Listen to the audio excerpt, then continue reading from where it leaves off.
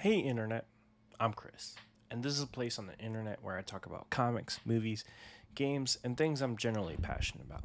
Over the last year or so, something I've been really passionate about is the manga Sakamoto Days. If you don't know what Sakamoto Days is, it's a manga about a former hitman, a retired one, that gets married, lets himself go, becomes a shopkeep, and then his past comes to his doorstep and he's back in the world of assassins, and you see exactly why he was at the top of his game when he was in the game. But there's a little bit of a twist. He promised his wife he'll never kill again, and so he has to figure out how to defeat some of the deadliest assassins in the world without killing them. And it's fun. It feels like slice of life. It's a bit of John Wick, and it's a really great manga. In terms of mangas, whenever someone's asked me for a recommendation, usually I'm recommending that or Kaiju number 8. And especially for someone like me that's more grew up on Western comics and more recently because of the Shonen Jump app, and also spending time with my son and going to Books Kinukoya in New York City, I've gotten more and more into manga. Sakamoto Days is one of those things where it's just so good. And it's so good that Netflix is adapting it into an anime. Fans have been clamoring for, and also for day ones like myself and snobs, I can finally be like, oh, that comes out. I'm gonna be, and there's like, hey, I told you this would be good. It's exciting. They don't have the best reputation when it comes to anime adaptations, especially in the live action realm. The One Piece anime action adaptation was actually pretty good, and people responded really well for that. The opposite end of that spectrum, you have Cowboy Bebop, and then also the Death Note live action adaptation.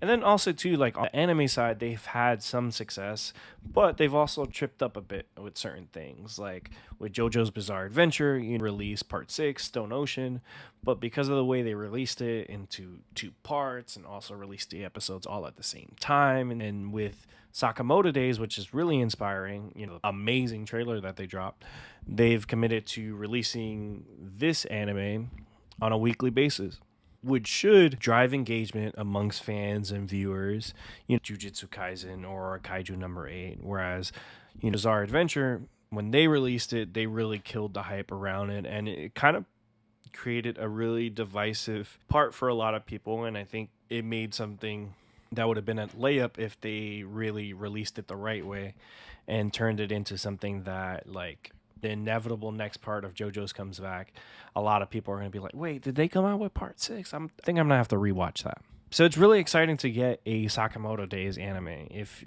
you read the manga, and I've kind of sort of premised a little bit before, but imagine if John Wick got his happy ending, and instead of killing people with pencils, kind of doing the Batman thing where, just beating people within an inch of their lives, but, conscience is clear, and he's keeping that promise he made to his wife that he won't kill anymore. It's really cool too. Sakamoto, gained a little weight from when he was a hitman, and at times when he goes full power, he loses the weight almost immediately.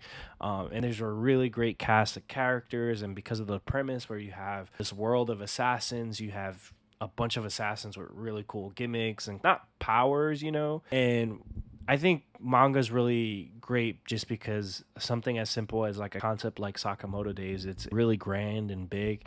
And I think it's something missing in Western comics. As much as I love Western comics, if you look behind me, Thanos, there's a Nightwing, there's a Magneto. But it's been really cool to kind of get to manga, to kind of have a little bit of the taste of the other side. And this is something I'm really excited about, and I think you guys will be excited about. So this is my plea for you to go and read Sakamoto Days so you can be ready for the anime when it comes out next year, because I promise you need to read this. It's so fun. I would have a physical copy, but I read it on the Shonen app, which is amazing because it's $2.99 a month and you're able to discover all these great things. I mentioned Kaiju number 8. That's where I started reading that, and I have, I believe 8 of the 10 volumes that are available in English right now. So I really got to get on my Sakamoto Days collection now that the anime is coming out, so that I can comes out, that Instagram caption that like weren't there, weren't with me shooting in the gym. So this is going to be real exciting. What do you guys think? Are you guys fans of Sakamoto Days? Let me know. If you're not, please read this manga.